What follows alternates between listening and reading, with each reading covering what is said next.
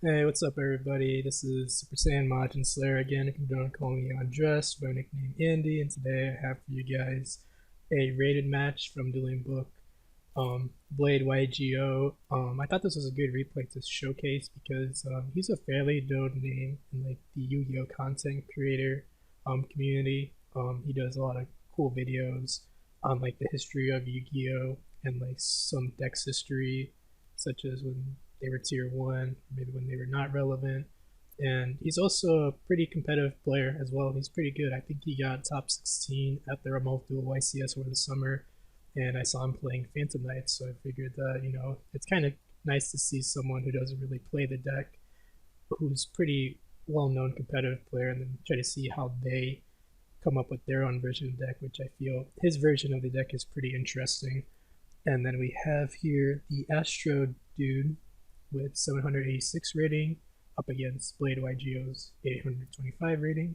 But yeah, so also be sure to check out the July_TCG Discord down below. I'll put a link to it in the description.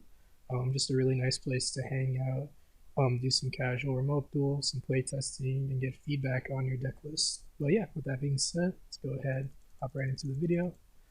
We are going to see Astro win the RPS here. We got 50 versus 40. Opening hands, we got Nadir Servant, Scarlet Sanguine, Ecclesia, a Cursed Outland, and Ice Dragon Prisons. And for Blade YGO, we have V-Trooper's Descent, Psychic Tracker, Fusion Destiny, Droplet, as well as Eldlich. So no going second cards from his side aside from the Droplet, but the Droplet doesn't really do much in the Eldlich matchup, mainly because all their disruptions come as the forms of traps. Interesting that he's playing V-Trooper's Descent. I actually believe he plays multiple, because I've seen him sometimes duel on Dueling Book, and I sometimes have seen him activate two in some duels. I can kind of get the rationale as to why he probably plays V-Trooper's Descent, because the danger monsters conflict with your Fusion Destiny pieces, which is really rough if you end up discarding them off of your danger monster effects, because you're essentially losing 4 cards out of your main deck that aren't going to be doing anything, and even worse if you hard open other pieces of the engine. So this makes sense. I try to play test around with this card. It just kind of feels a little bit awkward, because mainly if you really need to go into a Zeus, but you can't use the token as Xyz material, as well as displace hard into anti-spell and Imperial Order, which you can side out, but at that point, why not just play generic monster extenders? But I get the rationale behind V-Trooper's Descent. It's definitely not a bad card, because it does help you turbo out Cherubini easier without committing your normal summon. But a little bit of a tangent on that card, sorry. So you can start off with Cursed Owlwind. He's going to go ahead and add Conquistador to his hand. He's going to go ahead, normal summon out Ecclesia, search out the punishment. And he's just going to go ahead, set 4, pass. Let's see how Blade YGO can play through this. Top decks into a Torn Scales. That's really good. Alright, so he essentially has set up to where he can go into Cherubini without committing his normal summon, which is really nice actually. He's going to normal summon out Torn Scales. That's going to prompt the Elixir here. It's going to bring out the Golden Lord. Then, after resolving the Elixir, he's going to go ahead and bring out the Conquistador. Let's go ahead and pop the Torn Skills. It's never really a bad place to pop personally, because like a lot of your extenders rely on having a generic level 3 monster out on the field, so it's never really a bad time to like really hit Torn Skills, because you're putting them on having the free body special summon extenders like the danger monsters for the Eldlich plus another generic extender hand. So it really puts your opponent on having specific hand combinations if you pop the Torn Skills on summon, or really any Phantom Knight name in general.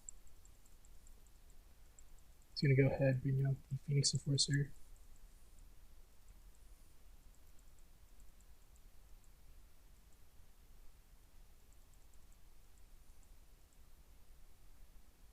Okay, and then he's going to go ahead and try to attack over.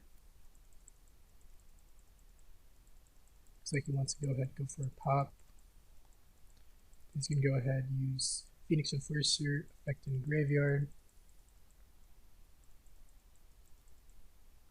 So he's going to go for Ice Dragon's Prison here. going to take control of the Phoenix Enforcer. Now, Phoenix Enforcer is still mandatory if you have Destiny Hero monsters in graveyards. So you have to at least special summon out one of them. Brings back the dash here because well, he's on defense mode, which is interesting. I guess he doesn't want to take any damage this turn. But you don't bring up the Celestial because let's say they just let you leave it on the field, then like, you know, you try to link off with the Celestial, but you can't use the draw effect to turn it into the graveyard, so might as well leave it in the graveyard to be safe.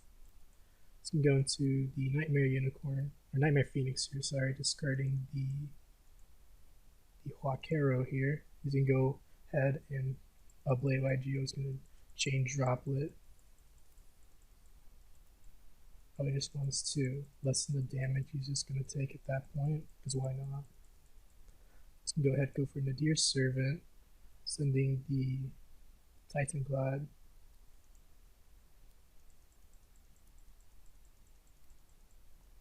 You can go ahead and normal summon out the Ecclesia, search off Nadir Servant, add the punishment to hand. Go ahead, attack for a good amount of damage here.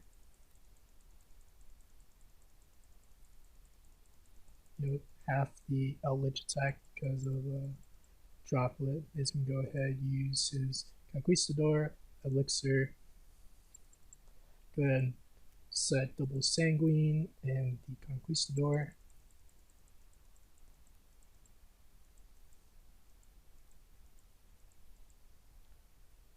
Oh, and then looks like Blade YGO was being cool about it because he technically forgot to search and use the effect of the Ash Dragon, but it looks like Blade's pretty cool about it, so he lets him search the Nightfall.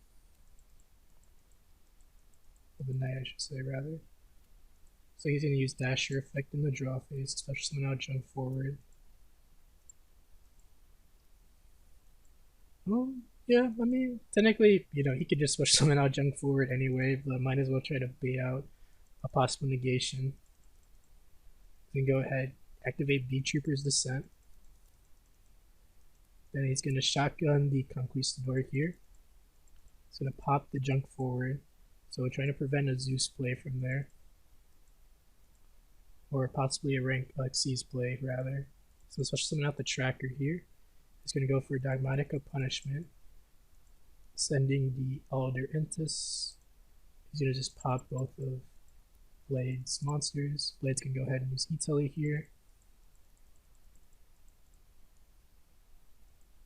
And then now that he's deck thinned his psychic monsters out. Oh, interesting that he plays 2 Tracker. Maybe his ratios are 2 Tracker, 1 Wielder. Not really sure about that, to be honest. I really don't know his deck list personally. I have a gist of what it could be since I've seen him play on Raid a couple times, but he's gonna go ahead and use Celestial Draw effect here. Draws into a Torn Scales and a Boots. Wow, the perfect full combo combination right there. That's why you play 40 cards, kids. He said, "Geez." Go ahead, use the Wielder and the Boots. Yeah, might as well use the Tracker and the Boots, sorry, because Rusty specifically requires dark material for Link Fodder, and Cherubini just takes generic level 3s.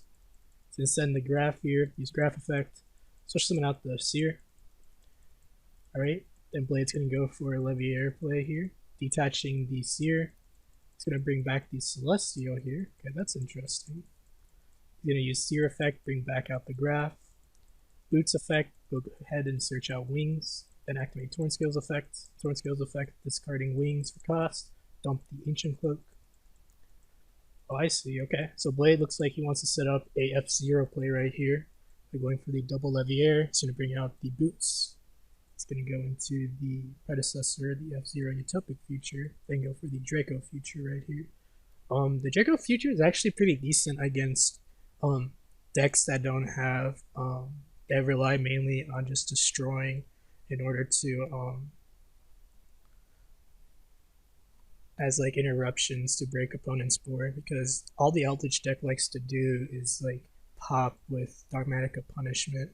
Well, technically this is more of like the Dogmatika Eldlich variant, but they mainly just like to pop using their elixir in combination with the Conquistador.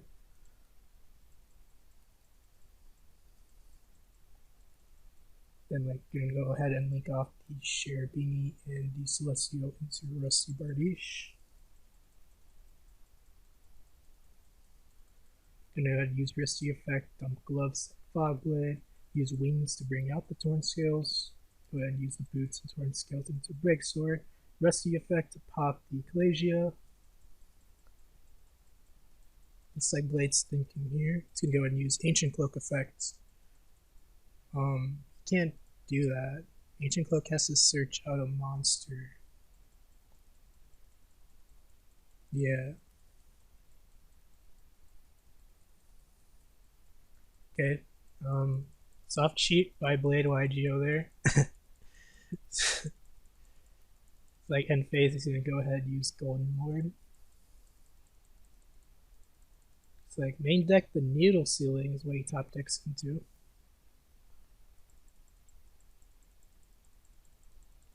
Gonna use Cursed Outland to search for the Vaquero. Gonna use Golden Lord effect, Chain F0 to negate, Eldlich Golden Lord effect in graveyard to send the Cursed Outland, so summon back out the Golden Lord. And go ahead and use effective Cursed Outland. Go ahead and dump another Cursed Outland. Okay. That's interesting. Then start a battle phase, Fogblade the Golden Lord. Then the other Golden Lord is going to attack over the Rusty.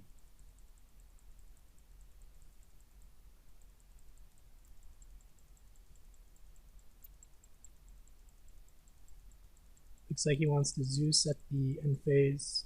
And then, yeah, he's just going to Myth the Feed right there. Game one was interesting, to say the least. Blade and his ripping perfect top decks of the Celestial draw. But now we're going to move on to game 2 here. We're going to see the Eldlich Dogmatika player have the Dear Servant, Solemn Judgment, Waking the Dragon, Ice Dragon's Prison, Solemn Judgment. So really good counter traps to the Phantom Knight strategy, because mainly relies on popping to get rid of like opponent's back row and monsters, but like Waking the Dragon is really good against that strategy. Ice Dragon Prison is pretty strong, especially since majority of the monsters Blade has in his opening hand are warriors. Oh yeah, I forgot to go over Blade's hand. We have Torn Scales, Cosmic Cyclone, Cloak, Junk Forward, sorry, and then the Beat Trooper's Descent. So it has one going second card, but it's only just one, unfortunately. So he's gonna have to go up against some pretty strong traps. He's gonna go ahead and start off with the Dear Servant. Go ahead and get the Ash Dragon into the graveyard. Bring out the Ecclesia effect. Go ahead, search out the Knight. Oh no, he's gonna search out Punishment instead. Okay, so he's valuing more the Punishment over the Knight instead. Gonna go ahead, set 5. Okay, yeah, okay, that makes sense. Yeah, so he's gonna go ahead and use the Ash Dragon effect to search out the Knight. Okay, yeah, because the Ash Dragon can only search out the Dogmatika monsters, while this can search out any Dogmatika card. Yep, that makes sense. He's gonna top deck into the Psychic Tracker. Okay, he's gonna start off with Junk Forward, Beat Trooper's Descent. Still hasn't committed to his normal summon yet. He's gonna go ahead and use Punishments, send the Entus, pop both of his monsters, normal summon out Torn Scales, Ice Dragon's Prison here, the Junk Forward as well as the Torn Scales. And he just passes, wants to hold on for the Cosmic Cyclone for probably any type of floodgates. Top decks into the Elixir, so now he has his Eldlich engine rolling now. Top decks into a Droplet. Okay, normal summons out Ancient Cloak. So summons out Tracker. Goes for a Cherubini. It's probably going to be hit with Judgment. Yep. Ancient Cloak effect. Going to go ahead, add Torn Scales. Then Elixir effect in the end phase. Bring out the Golden Lord. Cosmic Cyclone. The Elixir, so that way he limits his follow-up. Gonna go with the Lord of Heavenly Prison here, so that way it prevents his set spells and traps from being destroyed.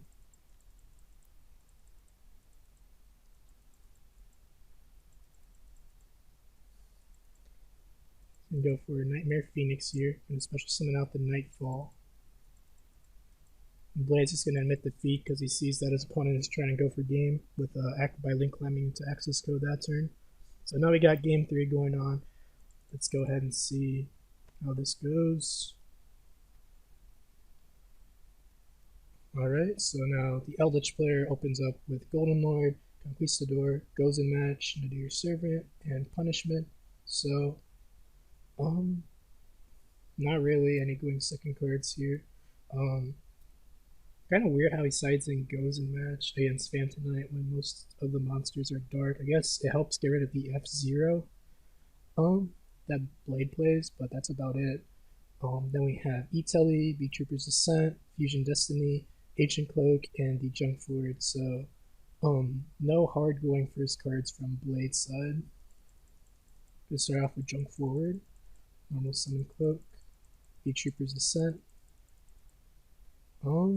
Interesting how Blade decides to not link off the Junk Forward with the token, because in case if your opponent has Ash Blossom when you use the graph effect, you kind of want to have at least a dark monster on field because Rest requires dark link materials. Okay, so it's gonna go ahead and dump Ancient Cloak, search out Silent Boots.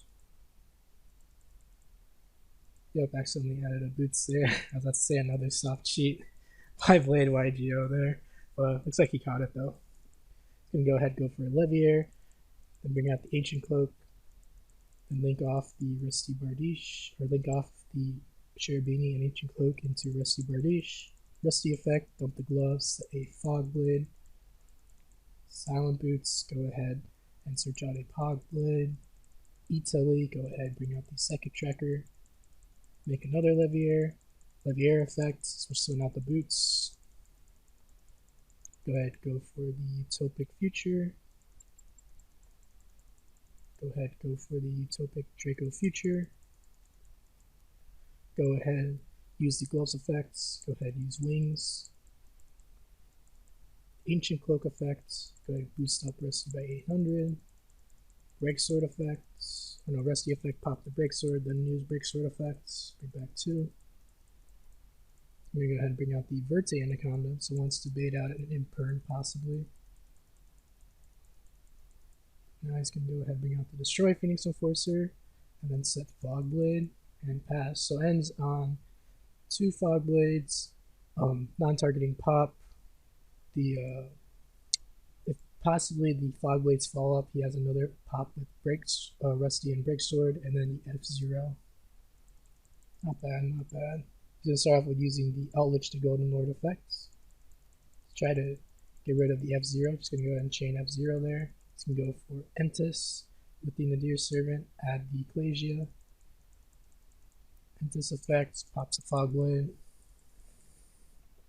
Then he's going to go ahead and normal summon Ecclesia. He's going to chain the Destroy Phoenix Enforcer, popping the Ecclesia. Okay, interesting that he pops that. I guess this kind of knows that the player's going to search for Knight at that time, and then so it can only negate while he controls another Dogmatika monster, so he figures might as well pop it, so that way they can't just freely special summon out Nightfall, or can go into like an Almirage as well. Then he's going to go ahead and use set the Conquistador, go and use Golden Lord effects.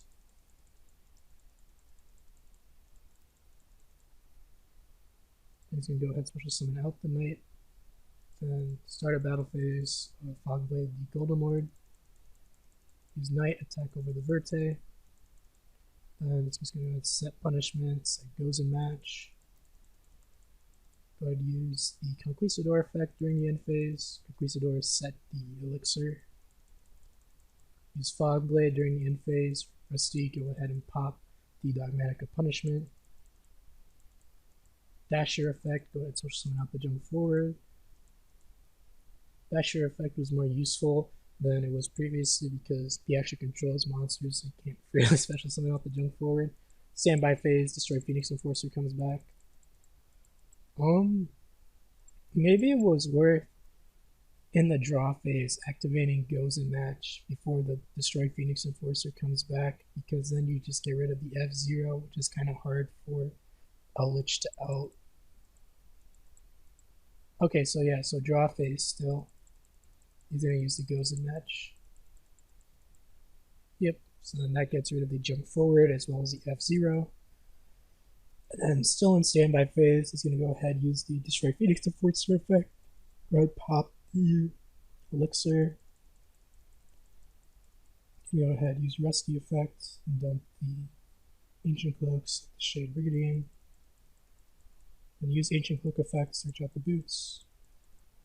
Then Torn Scales effect, and then switch summon out the boots. Go into a Break Sword, Rusty effect, pop the Goes in Match. And yeah, Asher the Nets is going to go ahead and admit defeat. Blade was probably just going to go into, I would imagine, Access Code Talker at that point, and then just go ahead because he has a Fog Blade in the graveyard to revive, as well as he had Celestial for follow up as well for a draw to. But yeah, we're going to go ahead and see the match was about 39 minutes long, so almost 40 minutes long. It was interesting to see Blade's take on the Phantom Knights deck. A little bit of a soft cheat there with Cloak adding Fog Blade, but he doesn't typically play this deck. I think he got top 16 with the remote YCS with Drytron mode for the most part. But it's interesting to see his combination of the F-Zero and the Destroy Phoenix Enforcer. He didn't go for the Scythe Lock, which makes sense. This is Eldlich, so you don't really need a Scythe Lock for this matchup. One of the few matchups that counterplays the Scythe Lock. But yeah, so interesting to see his choices and extenders, especially with the V-Trooper Descent, as well as the double tracker, which I mean isn't too out of the blue to see because some people like to play 2 tracker, 1 wielder just to compensate for the double E-Telly, which makes sense. But yeah, so you're going to see Blade win that one. Remember, if you guys go ahead and enjoy the video, go ahead and leave a like. It really helps out the channel a lot. And yeah, so, hope you guys have a nice day. Peace.